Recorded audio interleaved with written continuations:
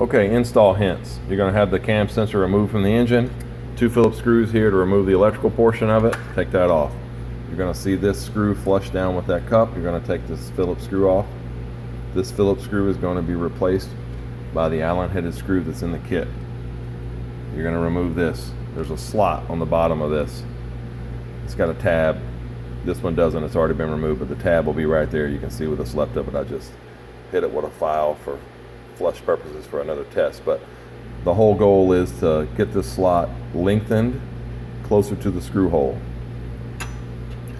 Your cam sensor balancing tab is going to look like this when you're done. X1 up, cam sensor tab bent down and away.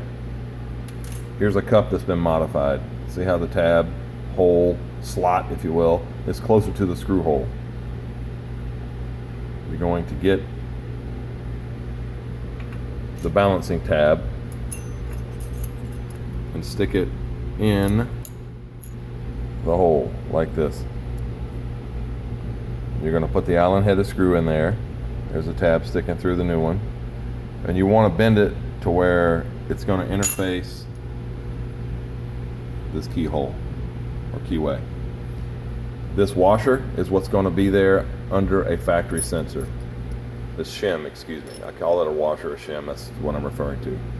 There's a blue washer in the kit. It's going to be dyed on one side, so this one goes on top. It does not go by the gear. It goes on top underneath. So it's going to be, here's a stack up. It's going to be like this. You got your balancing tab inside, and you're going to stick it on so where the key way interfaces the slot. Takes a little messing around with, but you can get it. It's kind of for me to do it one-handed, but you get the idea. Get that tab